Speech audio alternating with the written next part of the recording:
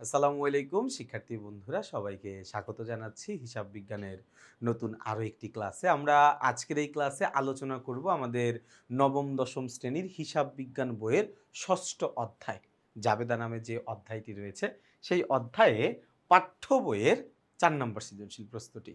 দেখো, আমাদের 4 নম্বর সৃজনশীল প্রশ্নে আমাদেরকে কি বলেছে, মেসাস আলফা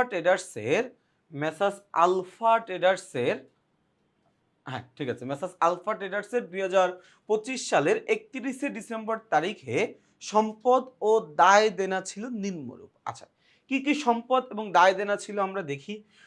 বলা আছে হচ্ছে নগদান ৪০,০০০ টাকা, আসবাবপত্র ১,০০,০০০ টাকা, বিনিয়োগ ৫০,০০০ টাকা, প্রদেয় হিসাব ১০,০০০ টাকা, মূলধন ১,৮০,০০০ টাকা।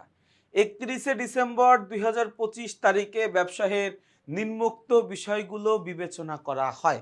আচ্ছা, নিম্নোক্ত বিষয়গুলো কি আছে ভাইয়া? ১ নম্বরে বলা আছে মোট প্রদত্ত বেতন ১,২০,০০০ টাকা, যার মধ্যে ২,০০০ টাকা অগ্রিম প্রদান করা হয়েছে। এরপরে দেখি আমাদের এখানে কি বলা আছে ভাড়া প্রদান করা হয়েছে ৫০,০০০ টাকা এবং ১০,০০০ টাকা বকেয়া রয়েছে। এরপরে ৩ নম্বরে বলা আছে হচ্ছে বিনিয়োগের প্রাপ্য সুদের পরিমাণ প্রাপ্য সুদের পরিমাণ ৫,০০০ টাকা। ৪ তারিখে বলা আছে হচ্ছে আমাদের আসবাবপত্রের উপরে অবচয় ধার্য করা হয় কত টাকা? ১০,০০০ টাকা।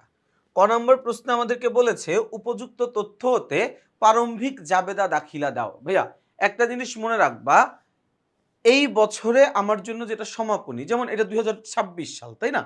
তো ২০২৬ সালে আমার জন্য যেটা সমাপনী, ২০২৭ সালে সেটা আমার জন্য হচ্ছে প্রারম্ভিক। তো এইখানে যেমন ২০২৫ সালের ৩১শে ডিসেম্বর তারিখে সম্পদ ও দায় দেনা ছিল নিম্নরূপ, তাই না?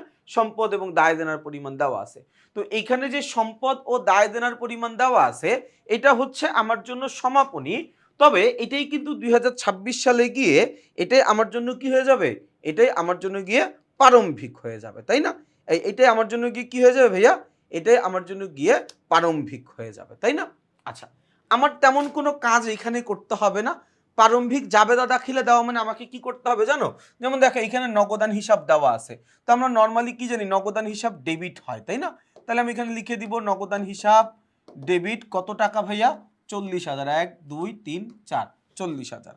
আসবাবপত্র একটা সম্পদ, তো সম্পত্তি হিসাবগুলো নর্মালি ডেবিটই হয়। তো আসবাবপত্র হিসাব ডেবিট ১ ২ ৩ ৪ ৫, ১,০০,০০০ টাকা।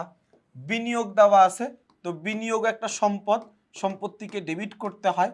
তো বিনিয়োগ হিসাব ডেবিট করে দিব কত টাকা ভাইয়া? ৫০,০০০ টাকা। ওকে।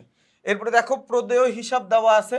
প্রদেয় হিসাব একটা দায়, তো দায়বাচক হিসাবগুলো ক্রেডিট করতে হয়। আয় দায় এবং মূলধন এই হিসাবগুলোকে ক্রেডিট করে দিতে হয়। মানে ক্রেডিট করে দিতে হয় বলতে এই লেনদেনগুলোর সাধারণ উদ্ধৃত্ত আসলে ক্রেডিট, তাই না?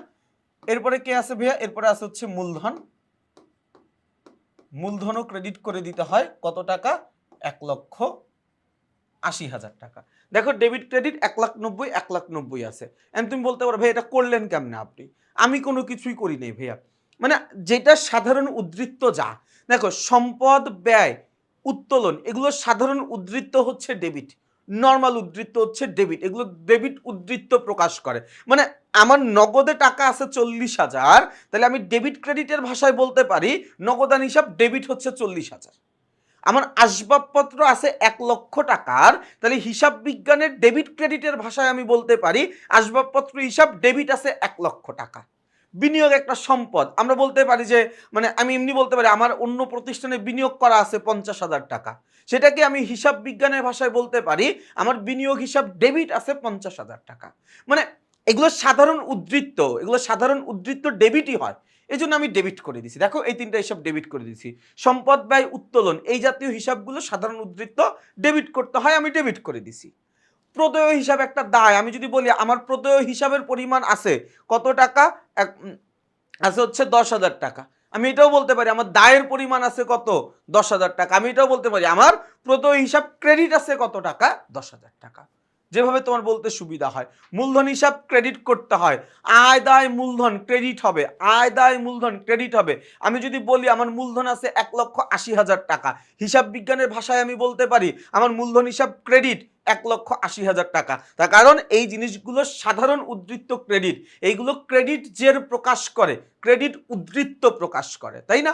তাইলে এইখানে আমরা একটু দেখি, এই যে দেখো জাবেদাটা তোমাদের সামনে আছে।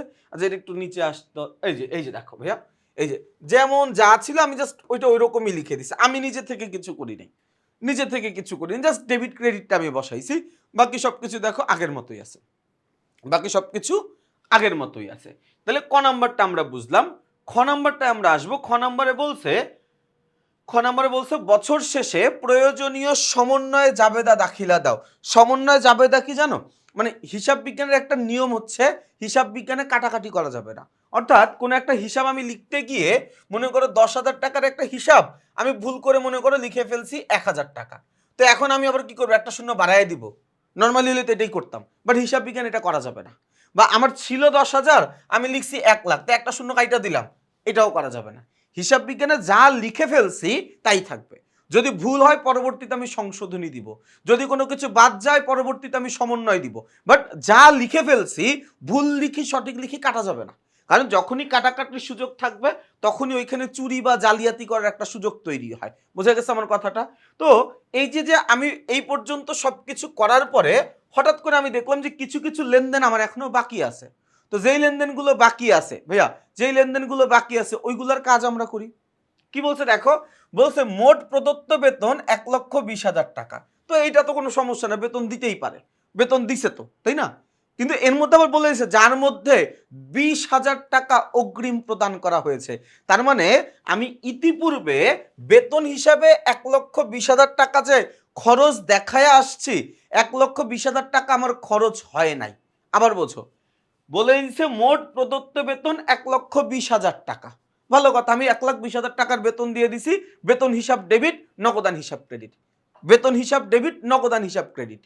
একটু পরে গিয়ে মানে বললো যে না ভাই, তুমি যে 1,20,000 টাকা বেতন দিলা পুরাটা তো এই বছরের না, 20,000 টাকা অগ্রিম আছে। তার মানে আমার 20,000 টাকা এই বছরে এখনো ব্যয় হয় নাই, কিন্তু আমি এটা ব্যয় হিসাবে দেখাই দিছি, এটার আমি ব্যয় হিসাবে কি করছি, দেখাই দিছি, তাই না? তো এটা আমি একটা ভুল করছি না ভাইয়া?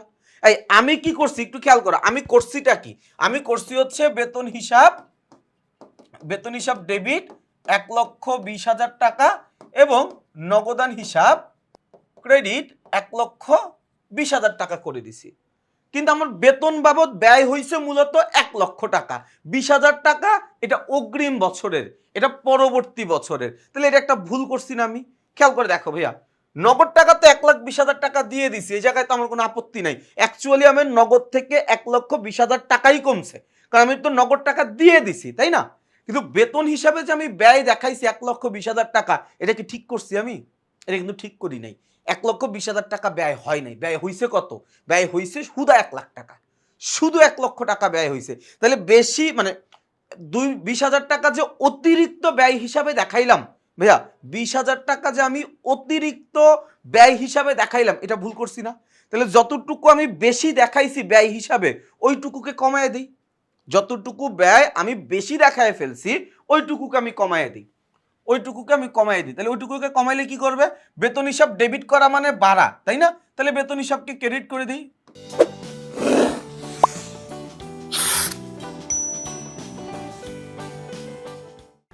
বেতন হিসাব ক্রেডিট কত টাকা?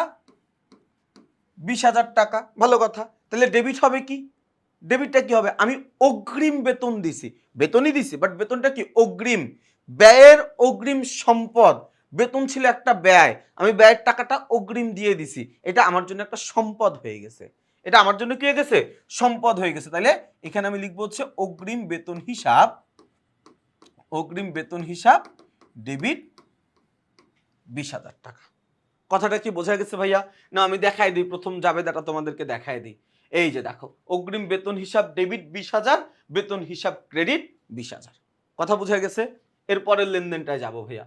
এরপরে কি বলছে ভাইয়া? বলছে ভাড়া প্রদান করা হয়েছে 50,000 টাকা এবং 10,000 টাকা বকেয়া আছে।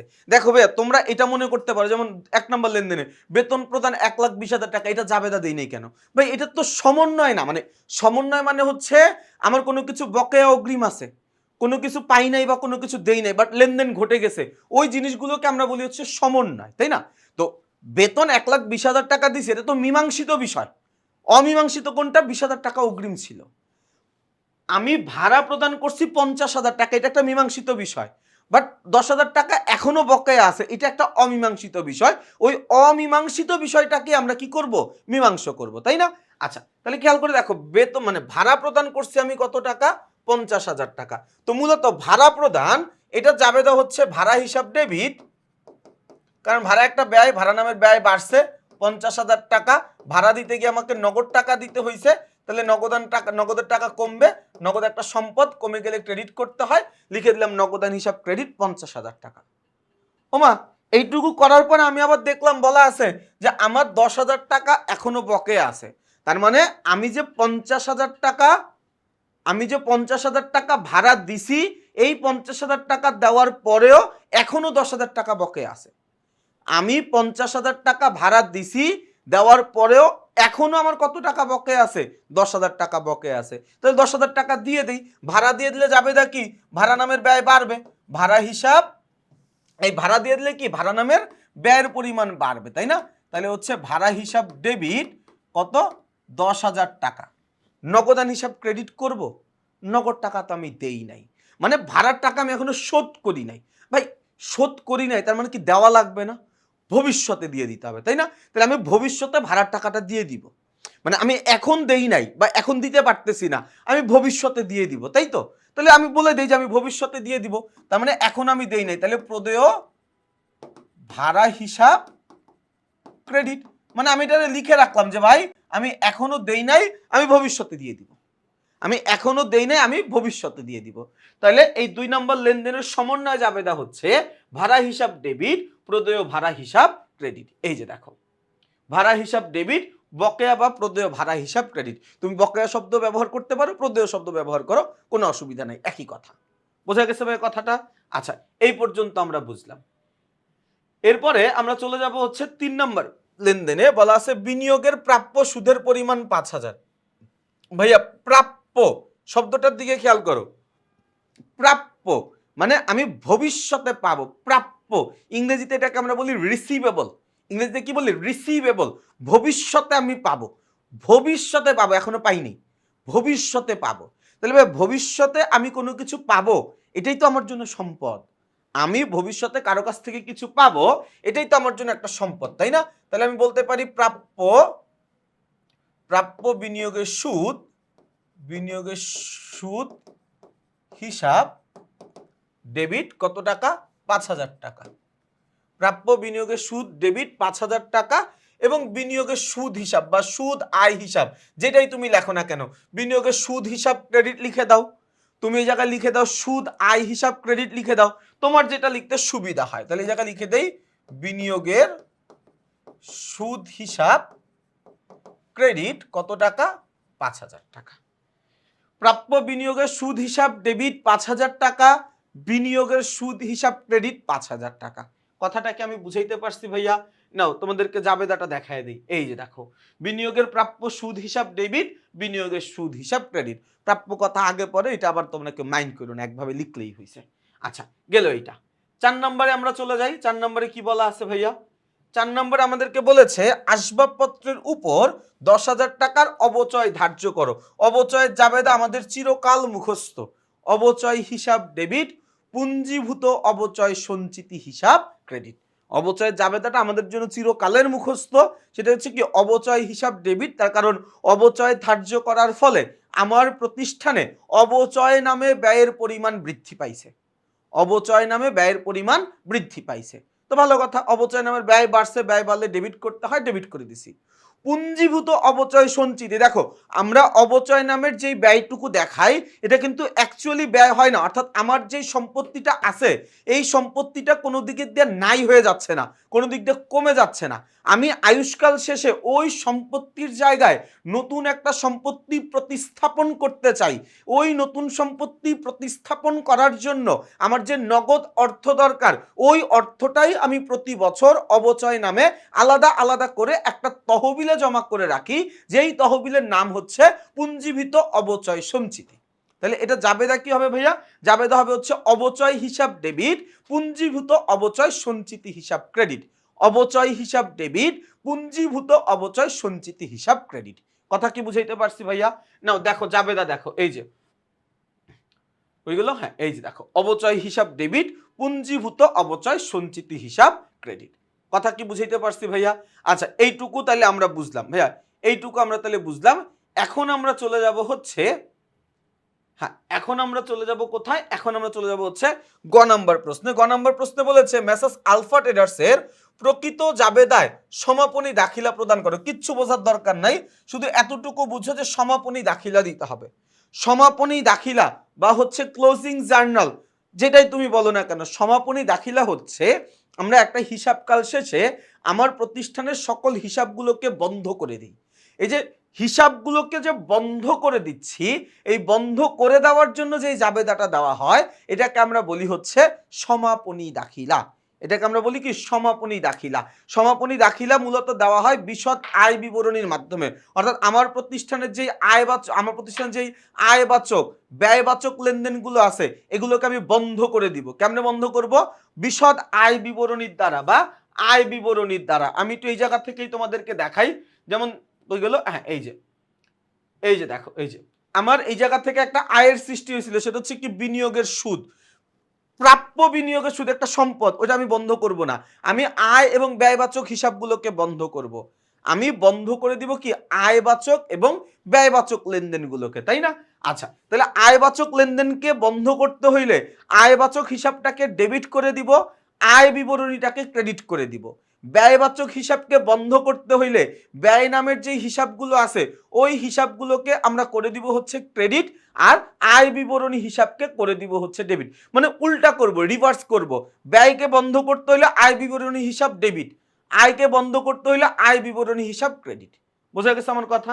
তাহলে এখানে আমরা একটু খেয়াল করে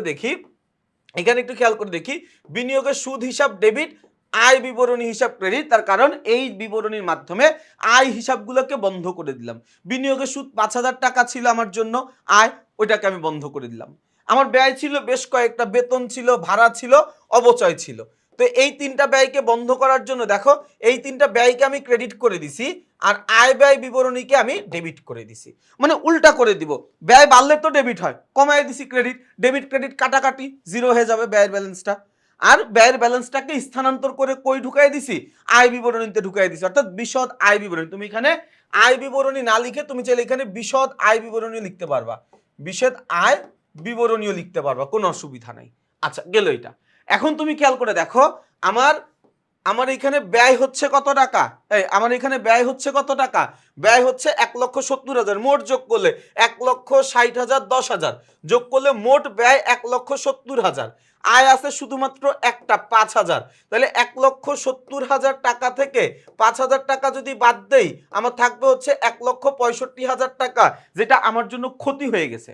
ভাই আমার মানে সমন্বয় থেকে যতগুলো সমন্বয় করছি, সমন্বয় আমি হিসাব করে দেখলাম, পুরা প্রতিষ্ঠানের কথা বলছি না, শুধুমাত্র সমন্বয়টুকুর কথা বলতেছি। শুধুমাত্র সমন্বয় আমি হিসাব করে দেখলাম আমার ব্যয় আছে 1,70,000 টাকার, শুধু আয় আছে মাত্র 5,000 টাকার। ব্যয় আছে কত টাকার? 1,70,000 টাকার, আয় আছে 5,000 টাকার। তাহলে আয় ব্যয় কাটাকাটি করো, ব্যয়ের উদ্বৃত্ত থাকে কত? ব্যয়ের উদ্বৃত্ত থাকে হচ্ছে 1,65,000, যেটাকে আমরা আমাদের ভাষায় বলতে পারি নিট ক্ষতি। নিট ক্ষতি মূলত মূলধনের পরিমাণকে হ্রাস করে দেয়। এজন্য দেখো মূলধন কমাই দিছি ডেবিট, নিট ক্ষতি হিসাব কি? ক্রেডিট। কত টাকা? 1,65,000 টাকা। লিখে দিলাম এইটা। দেখো সমাপনী দাখিলা এটা তোমাদের পরীক্ষার জন্য একটু লেস ইম্পর্টেন্ট, মানে আমি বলছি না শিখবা না, অবশ্যই শিখবা, সামনের দিনগুলোতে কাজে লাগবে, স্কুলের পরীক্ষায় কাজে লাগবে, তবে এসএসসি পরীক্ষাতে আসলে সমাপনী দাখিলা বা সমন্বয় দাখিলা থেকে খুব একটা প্রশ্ন আসতে দেখা যায় না। তার মানে কিন্তু এই না যে সামনের দিনগুলোতে আসবে না। এতদিনকালে খুব একটা আসতে দেখা যায় নাই। সামনের দিনগুলোতে এটা আসতেই পারে। না আসাটা মানে না আসাটাই বরং একটা অবাক করার বিষয় যে বইতে একটা প্রশ্ন আছে রেফারেন্স হিসাবে। এই টাইপের প্রশ্ন বোর্ড পরীক্ষায় আসা উচিত। তার কারণ এগুলো আসলে আমরা আরো ভালো মতো শিখতে পারবো বা আমাদের আরো বেশি করে শিখতে ইচ্ছা হবে। তাই না? আচ্ছা, তাহলে খেয়াল করে দেখো ভাইয়া ৪ নাম্বার সৃজনশীল প্রশ্নটা আমরা আশা করছি খুব ভালো মতো বুঝতে পেরেছি। সমন্বয় দাখিলাটা আমাদের জন্য একটা নতুন টার্ম। আমাদের বইতে এই একটা রেফারেন্স ছাড়া আসলে সমন্বয় জাবেদা নিয়ে খুব একটা মানে কিছু বলা নাই। এজন্য আমরা সমন্বয় জাবেদাটা আসলে এসএসসি লেভেলে খুব বিস্তারিত শিখি না। শিখি না তার কারণ আমাদের খুব একটা দরকার পড়ে না। আমরা যখন এইচএসসি তে উঠবো, হিসাব বিজ্ঞান প্রথম পত্র নামের একটা বই থাকবে। ওই হিসাব বিজ্ঞান প্রথম পত্র বইয়ে একটা অধ্যায় আছে, নাম হচ্ছে কার্যপত্র, যেটাকে ইংরেজিতে বলি ওয়ার্কশিট। ওইখানে সমন্বয় জাবেদার ব্যাপক কাজ আছে, ব্যাপক, শুধু কাজ না, মারাত্মক কাজ করতে হবে সমন্বয় জাবেদা নিয়ে। তো এখন আমাদের এসএসসির জন্য যতটুকু দরকার এই জন্য আমি ওইটুকু আলোচনা করেছি, খুব একটা ডিপলি আলোচনা করি নাই। কারণ এখন আসলে সমন্বয় জাবেদাটা তোমাদের মাথায় ঢুকাইতে গেলে একটু তোমাদের কনফ্লিক্ট হইতে পারে আর কি। তো আমি আমার মতো করে চেষ্টা করেছি সর্বোচ্চটা সৃজনশীলটা তোমাদের সামনে যত সুন্দর করে উপস্থাপন করা যায়। বাকিটা তোমরা তোমাদের ওপিনিয়ন দিবা যে ক্লাসটা কতটুকু বুঝলা। ইনশাল্লাহ আমরা আগামী ক্লাসে আমাদের পাঠ্য বইয়ের ৫ নাম্বার সৃজনশীল প্রশ্ন নিয়ে আলোচনা করব। সেই পর্যন্ত সবাই ভালো থাকবা, সুস্থ থাকবা, আমার জন্য বেশি করে দোয়া করবা। আসসালামু আলাইকুম।